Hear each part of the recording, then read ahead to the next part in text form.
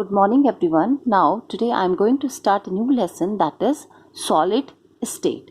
So the first topic, let us discuss about the solid. So the solids are the substances which have definite definite volume and definite shape. So this is the very good definition of the solid, that the solid are the substances which have a definite volume and which have a definite shape. And in terms of the kinetic molecular model, solid have regular order of their constituent particle. Now here the meaning of the constituent particle is atom, ions or the molecule, and these particles are held together by fairly strong force. Therefore they are present at their fixed position. And the properties of the solid not only depend upon the nature of the constituent but also on their arrangement, how the constituent particles are arranged, and the types of the forces which hold the constituent particle together in a tightly packed arrangement. And we all know very well that solid are rigid. This is one of the important property of the solid.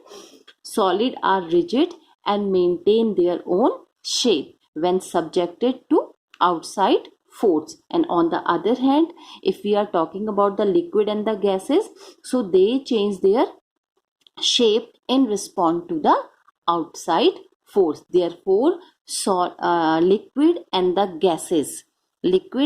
gases are also known as the fluid. Liquid and the gases are also called the fluids. Why they are called fluid? Because they change their shape and they have a ability to flow. So which have a ability to flow, it comes under the category of the fluids. And on the other hand, the rigidity of the solid, rigidity means hardness. The rigidity of the solid is because of their constituent particle, because they have a fixed position and can only oscillate about their mean position. They do not change their position. That's why they are the rigid. Now next topic is general characteristics of solid state. This is our new topic, general characteristic of solid state. So we all are aware of the three states of the matter. We know the matter exists in the three states. One is the solid, another one is the liquid, and next one is the gases. So there is no specific definition for the solid, liquid and the gases. They are classified on the basis of their property. On the basis of the property, we can classify the substance as a solid, as a liquid and as a gas. So under a given set of condition of temperature and pressure, the most stable state of the substance depend upon the net effect of two opposing forces, and these forces are intermolecular forces and the thermal energy. Intermolecular forces and the thermal energy. So intermolecular forces tend to keep the constituent particle closer. Intermolecular force. Now it is clear from the name that the function of the intermolecular force is to keep the constituent particle closer, whereas if we are talking about the second concept, that is the thermal energy. Second concept is these are the two main points. So whereas the thermal energy tends to keep them apart. It tends to keep them apart by making them move faster. So the thermal energy is responsible for their movement, and the function of the intermolecular forces is to it is in between the constituent particle and it try to keep the constituent particle closer to each other. This is the function of the intermolecular forces. So the competition between the molecular interaction energy due energy due to intermolecular force and the thermal energy determine whether a given substance under a given set of condition is a liquid, is a solid, or is a gas. So at sufficiently low temperature, the thermal energy is low and the molecular forces are very strong. And as a result, the intermolecular force keep the constituent so close that they cling to one another and occupy the fixed position. And the substance, when the fixed position is there, when they are the constituent particle, for example, these are the constituent particles. So when the constituent particle are very close to each other and they have a fixed position, so definitely this state is called the solid state. This state, when the substituent particle are in a alignment or they are in relation with each other or come closer with each other, so such state is known as the solid state. Now some of the important characteristic property, if we want to discuss the characteristic property of the solid, so the first characteristic property is the solid have a definite volume, it has a definite shape, the solids are rigid. Why they are rigid? Because there is a strong intermolecular force amongst the constituent particle. And the constituent particle, I have already told you here, the meaning of the constituent particle is atom, ions, and the molecule. Atom, ions, and molecule, they are considered as a constituent. They are considered as a constituent particle. So in case of the solid, the constituent particle are having the strong intermolecular forces in between them, so they possess the solid state, and they have a, and because of the strong intermolecular forces, they have the fixed position and can only oscillate about their main position. And the another property is the solids are rigid, and it means they are incompressible. Incompressible, it means we can't compress the solid. If we apply the force, any outside force, so it is not possible to compress the solid because the position of the constituent particle is fixed. And if the density, we consider the point density, so the density of the solid is greater. The density of the solid is greater in comparison to the liquid or in comparison to the gases. The density of the solid is higher, and the solid diffuse very slowly as compared to the liquid and the gases. It means that we have the various example of the diffusion. For example, if we burn the incense stick in the one corner of the room, so it easily mixed with whole the room. The fragrance easily mixed with the, we feel the fragrance everywhere because the gases, the particle of the fragrance, they easily combine with the particle of the gas air, and it easily dispersed in the room. So in comparison to the gases and the liquid, the tendency of diffusion, the tendency of solid to diffuse is very low, and most of the solid become liquid when heated, and this is known as the melting. When we heat the solid, it is converted into the liquid, so that tendency, that property is known as the melting. So these are some important characteristic of the solid state or the solid. Now the next topic is classification. Classification of solid. This is the next heading, classification of solid. So the solid can be classified on the basis of nature of order. On the basis of nature of order, present in the arrangement of the constituent particle. So on this basis, it is classified into two categories. The first one is the crystalline solid. The first one is the crystalline solid, and the second one is the amorphous. Second one is the amorphous solid. On the basis of the arrangement or the order of the arrangement of the constituent particle, the solid are classified as crystalline and the amorphous. So let us discuss the crystalline first. So the substance whose constituent particle are arranged in a definite geometric pattern. Definite geometric pattern. When the particles are arranged in a definite geometric pattern in three-dimensional space. In three-dimensional space, such type of solids are known as the crystalline solid. Such type of a solid are called the crystalline solid.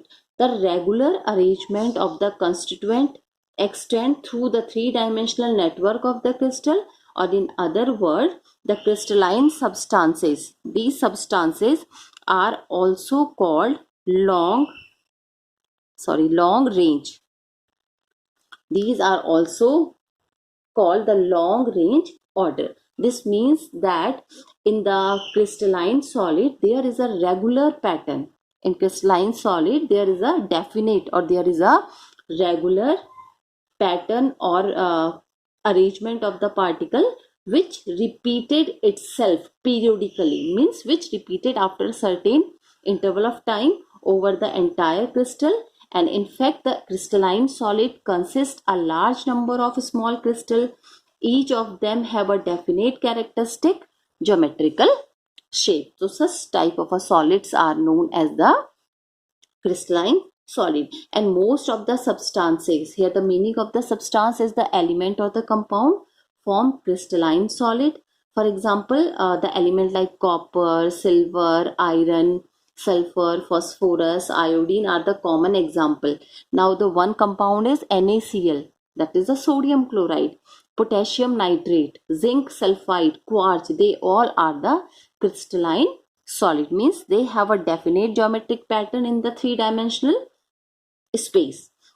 Now the next one is the amorphous solid. Next category is the amorphous solid. So in case of the amorphous solid, the substances whose constituent particle are not arranged in regular arrangement.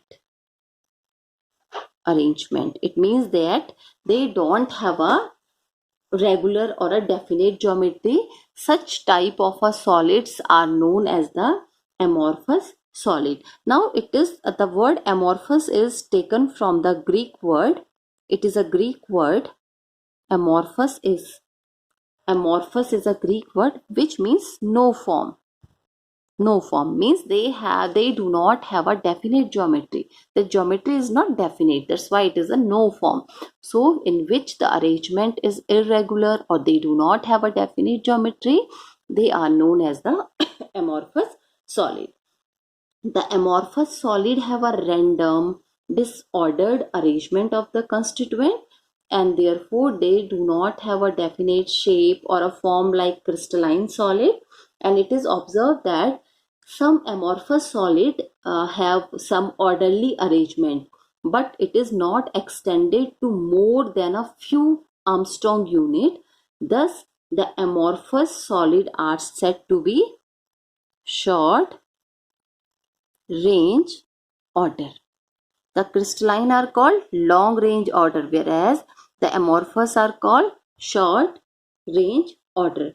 And this means that in amorphous solid, a regular or a periodic repeating pattern is observed over a small distance. Short means small distance, means regular pattern is shown for a small area or a small distance. That's why it is termed as a short range order. And these regular pattern are scattered, and in between the arrangement is disorder. So the example of amorphous solid are glass. Glass is example of amorphous solid. Rubber, plastic, these all are the example of short range order. Now let us discuss some difference between the crystalline and the amorphous solid. So first of all, let us discuss the characteristic geometry. So here it is a definite pattern, definite geometric pattern. So definitely there will be a definite regular geometry. And why that geometry is definite or a regular geometry? Because of the orderly arrangement. Because in this case, the arrangement of the constituent particle, in case of the crystalline solid, the arrangement of the constituent particle is a orderly arrangement in the three-dimensional space. Therefore, the geometry is a definite, or a pattern is a regular pattern. And in other hand, if we are talking about the amorphous solid, so arrangement is not regular, geometry is not regular, because the arrangement, the particle are not arranged in a sequence.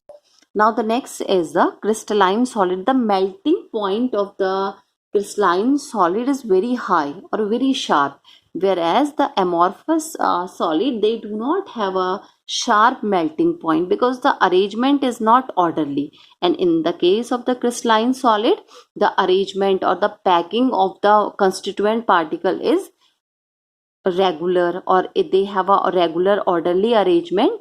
And the intermolecular force, if the regular arrangement is there, so definitely there will be a strong intermolecular forces in between the constituent particle. That's why they have a very sharp melting point, whereas the amorphous solid does not have a sharp melting point. Now the next topic is classification. Now the next is classification of crystalline solid. Classification of crystalline solid. The crystalline solid can be classified into 4 types. It is classified into 4 types depending upon the nature of intermolecular forces. Depending upon the nature of intermolecular forces operating in them, they are classified into 4 categories. So the first category is molecular solid. Molecular solid. This is the first classification, molecular solid. So these are crystalline substances in which the constituent particles,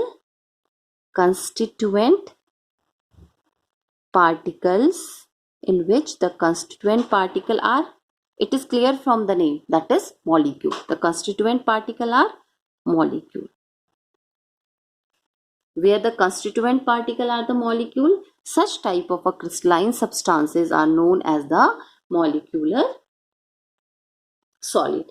And the molecules are held together by dispersion forces or London forces, dipole forces, or with the help of the hydrogen bonding. Now this molecular forces is further classified into 3 categories. The first category is non-polar molecular solid. The second category is polar molecular solid, and the third one is hydrogen bonded molecular solid. So these are the 3 classification of the molecular solid. Non-polar molecular solid. Now first of all discuss the non-polar molecular solid. So These are those crystalline substances in which the constituent particle are either atom, like those of the noble gases. Now the noble gases means helium, neon, argon, or the non-polar molecule. Now we all are aware of the polar and non-polar molecule. We have already discussed this topic in our previous class and in previous chapter. So when the constituent particle are either the noble gases or either the non-polar molecule, it is clear from the name, non-polar molecule. So such type of a substance, solid substances are known as the non-polar molecular substances. So example, that is solid He stand for the helium. Solid helium is the example. Solid argon, solid hydrogen, solid carbon dioxide, solid iodine. These all are the example of the non-polar molecular solids. And these solids have some special characteristic. The first one is they are generally soft, they have the low melting point, and they are the non-conductor because they are non-polar. So they are the non-conductor of electricity because they consist of the neutral molecule in the solid as well as in the dissolved state. Now the second one is the polar molecular solid. So these comprises of molecule of substances formed by, it is clear from the name, they are formed by the polar covalent bond. Such type of substances are known as the polar molecular solid. For example, that is solid HCl. We know that HCl is a polar molecule. HCl, a solid sulfur dioxide. They all are the example of polar molecular solid. And they are also soft, they are non-conductor of electricity, they have low melting and the low boiling point, but their melting and the boiling point are higher than those of the non-polar molecular solid. And because of their melting and the boiling point are not very high, so most of these are gases or liquid under room temperature and the pressure condition. Now the next one is the hydrogen bonded molecular solid. Now it is again clear from the name that there should be the presence of hydrogen bonding. So the molecules such as the solid contain hydrogen bond between them. Such type of a compounds are known as the hydrogen bonded molecular solid. For example, that is ice, solid water, that is called ice. So that is the example of the hydrogen bonded molecular solid. Because of the presence, there should be the presence of hydrogen bonding, and they are generally volatile liquid and soft solid under room temperature and normal pressure condition. They are non-conductor of electricity. Their melting and the boiling point are generally higher than those of the non-polar molecular solid and the polar molecular solid. Now the next type of the crystalline solid is known as the ionic solid. This is the next category of the next classification of the crystalline solid. So ions, now it is clear from the name that the ions are the constituent particle. Here ions are the constituent particle of ionic solid, and such solid are formed by the three-dimensional arrangement of the, if the ions is present, definitely there will be the cation and anion. So definitely the three-dimensional structure or arrangement contain cation as well as the anion. So, and they are bonded with a strong electrostatic force, because in between the negative and the positive charge, anion and the cation, there will be a definite strong force of interaction. And these solids are hard and brittle in nature. They have a high melting point, high boiling point, and since the ions are not free to move about, so they are electrically insulators in the solid state. And however, in the molten state or when dissolved in water, the ions become free to move, and they when in the molten state or the aqueous state, they become the good conductor of the heat and electricity. Now the third is the metallic solid. Third category is the metallic solid. This is the third category. So the metals are orderly collection of the positive ion surrounded by and held together by a sea of the free electron, and these electrons are mobile and are evenly spread out throughout the crystal, and each metal atom contributes one or more electron towards the sea of the mobile electron, and these free and the mobile electron are responsible for high electrical and thermal conductivity of the metal. And when the electric field is applied, these electrons flow through the network of positive ion, and similarly when the heat is supplied to one portion of the metal, the thermal energy is uniformly uh, spread throughout by the free electron.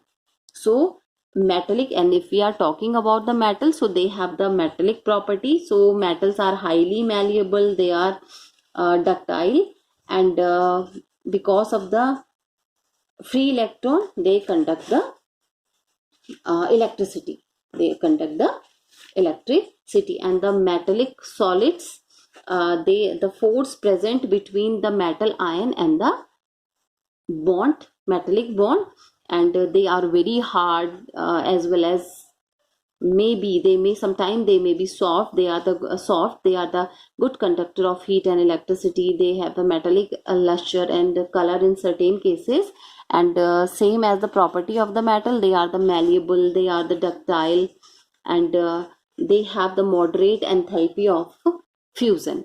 Now the fourth crystalline solid is, that is covalent, or also known as the network solid.